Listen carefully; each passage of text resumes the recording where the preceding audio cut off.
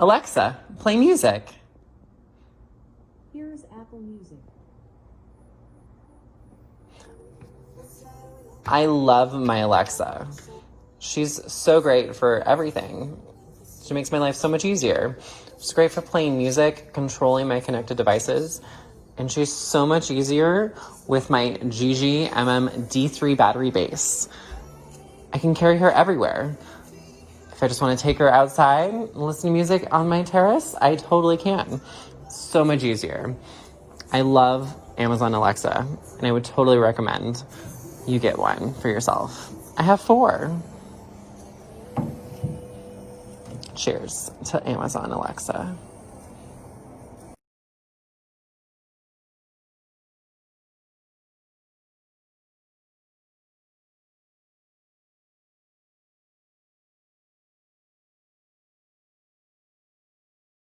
Just today, the Amazon Fire TV Stick 4K hit the market. This is their newest 4K streaming player. It replaces the Amazon Pendant in the market lineup of the Fire TV. There still is a cheaper version of the Fire TV Stick with just HD on it if you don't have a 4K TV.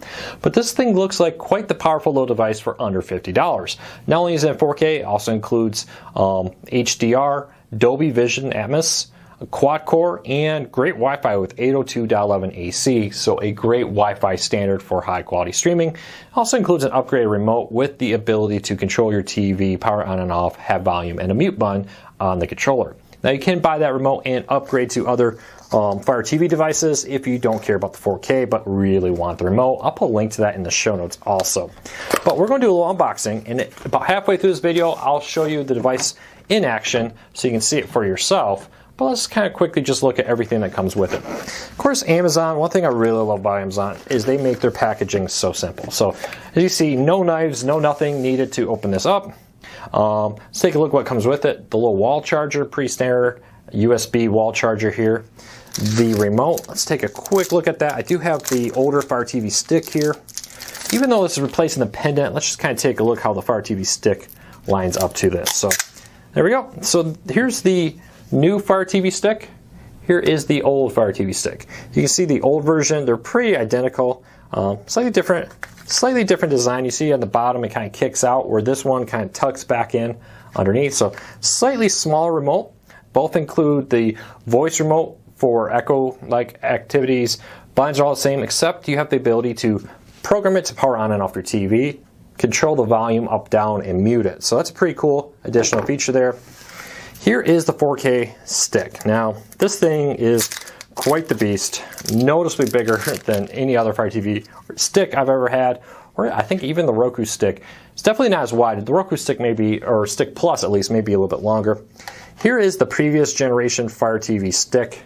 You can see noticeable different size. This could cause problems plugging this into some TVs. I'll tell you right now, if you have multiple devices on there, depending on how tightly your TV packs the HDMI, that may be a problem. I also kind of wonder, this isn't too bad. There's been some third-party one of these that are a little heavy, but this one's actually pretty light. I actually am not afraid about that causing any damage to the TV. That's not very heavy at all. But some of these I wonder about how heavy they get, to be honest with you. And then lastly, we have a couple batteries for the remote right here. Let's keep on going. So, looks like they may include a little adapter to address the issue of fitting it in, but let's see what there is here first. A little power cable, a little standard micro USB cable. I look forward to the day that someday they replace that with a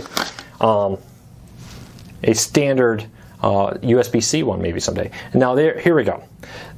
This is a HDMI extender. I'm really excited they included this. I wasn't sure earlier, but you can plug your Fire TV Stick in there and plug that into your TV. So if you do have multiple ones or your TV HDMI ports are kind of close to each other, not a problem anymore. I actually kind of like the Chromecast with a built-in little extender like this. I actually like the Fire TV Pendant, but I think I was in the minority there. I like the idea that it's just connected, because I really think for most people with the size of this Fire TV Stick, you're going to need this adapter. It's included. Almost why not just build it in, right? That has to be cheaper. But let me do a little side-by-side testing. Again, let me just show off the first gen and the second gen next to each other so you get a better idea. They're, the 4K one here and the They technically call this the first gen. It's really the Fire TV second gen. The main difference with the stick being the remote and stuff. But you can see the power plugs are on the side again. I kind of wish the power plug was on the end of it so that if I have another HDMI cable right here, I don't have to worry about hitting where the power cable comes out. Past that, no issues. The only thing I don't see is a reset button. A lot of people ask me about that. Really, if you have to reset this, unplug it, plug it back in, you're done. So let me go test this out, let you know what I think of it. Well, I've been playing around with the Fire TV Stick 4K for a little while now. I've been very impressed. Setup couldn't be easier, as with all Amazon Fire TV devices. I logged into my Amazon account, it transferred over my Wi-Fi passwords. Setting up the ability to control the TV from your remote was super simple. Just like with Roku TVs, Roku players, detects the model of the TV, automatically programs the remote, and then asks you just, hey, double check they can move up and down the volume. If yes, hit OK, and you're all set. It worked in my first try for my LG TVs I'm testing this out on. No issue. Setup was just super simple, and it worked. And now I can do things like control the TV volume through my Fire TV remote. One thing I didn't notice during the unboxing, there are a few very minor changes on the remote that make it a far better remote than previous models that maybe make you want to go upgrade an older TVs, Fire TV to the new remote, which you can buy separately. It does, for instance, have a different texture on the home button. Where previous Fire TVs, all the buttons have the same texture. This one has a slight bump on the home button so that I can easily figure out which one's the home button when I'm moving around.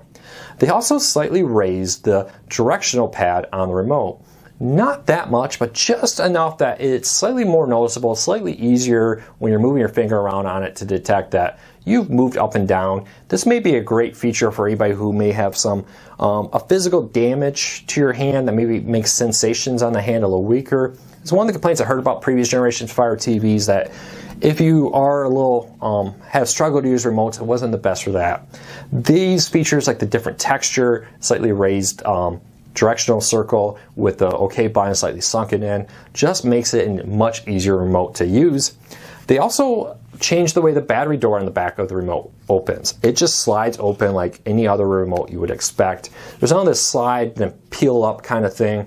I had initial trouble with my Fire TV remote when I first got it. Even made a video about how to open the Fire TV remote battery pack, which I thought maybe I was just the person being crazy. Then I got a lot of emails about it, so I made the video.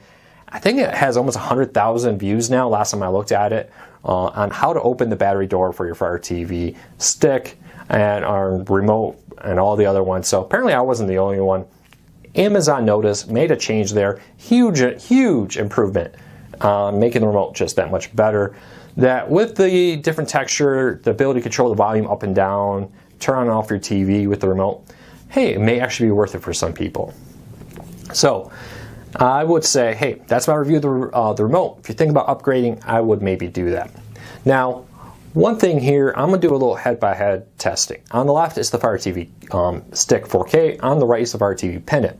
I decided in this review to start off testing it head-to-head versus the Pendant because it replaces the Pendant in the lineup. There is still the standard HD stick for sale. You can get a little cheaper. There is still the Fire TV Cube. The Pendant's been discontinued and the stick is a little cheaper but kind of replaces it.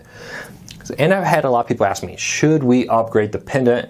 Maybe some better HDR here, some other features. Is it worth it? So we're going to take a look. Is there really a speed improvement? I know a lot of people weren't a fan of the Pendant for a variety of reasons. So let's take a look here.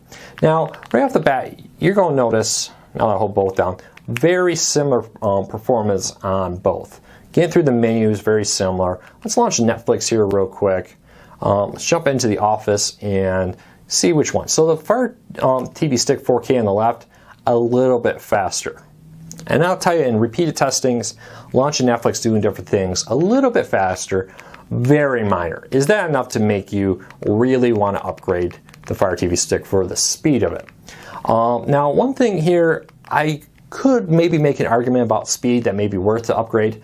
I know a lot of people power their Fire TV sticks off their TVs, the Fire TV Pendant and more, through the USB. So every time you start the TV, it reboots. Is it worth it to go upgrade so you don't have to have as long of one here? So let's do a little side-by-side here. Now, a few disclaimers. I am powering this off a wall jack for both of these. These are plugged into a standard power USB device in the wall, not through the TV. Some people say, hey, TV's not enough power. You really need to do it to the wall for the best performance. So let's see what happens here. Same model TVs. You see, again, left, Fire TV Stick 4K, right, the Fire TV Pendant. Let's see how this does. While this reboots though real quick, I will be posting throughout this week other videos. How is it compared to the first gen? If you don't have a Fire 4K TV, should you upgrade? How is it compared to the Fire TV Cube? The Fire TV Cube has definitely been listed as slightly disappointing in the power department. So we'll take a look at that too, and I'll put links to those in the videos as over the next few days I finish those videos. I'll post them on this video too so you can find them, and up in the corners of this video so you can test that out. But with the Fire TV Stick 4K, you can see it's a faster boot time. So I'm already to the menu.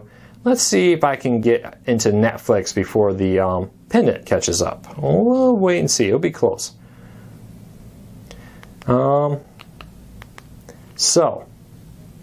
Fire TV Pendant did that little reboot. Yeah, I could probably have gotten into Netflix just a tiny bit faster. Cold boot on Netflix here. Yeah, so let me back out of that. So yes, the Fire TV Stick 4K is noticeably faster, but not dramatically faster. If you don't have a 4K TV and you have the pendant design, I wouldn't necessarily rush out and upgrade. You can always get the remote upgrade if you really want that. If you have a second gen Fire TV, you may want to do that instead of getting one of these. Past that, I just don't see a huge difference here. If I am buying and I have a choice between a refurbished pendant or the Fire TV Stick 4K, I would definitely get the Fire TV Stick 4K because it will come with the updated remote. It will be a tiny bit faster, and it has a lot of bells and whistles that make it more future-proof. If you have a high-end 4K TV with Dolby Atmos and all that kind of stuff, I would get the Fire TV Stick 4K because it does offer additional features and the ability to be more future-proof also. Past that though, they're really similar, to be honest with you. And I do think the Fire TV Stick is slightly better. It's just not enough to make me run out and spend money to replace my Fire TV pendant design. So there you go. 2 thumbs up to the Amazon. Love what you did with the remote. Love what you did here with the ability to control the volume on the TV and power it on and off. That makes this just a much better experience overall. So if you have any questions, leave me a comment. I'll do my best to answer them. And hopefully this video helped you make a purchasing decision.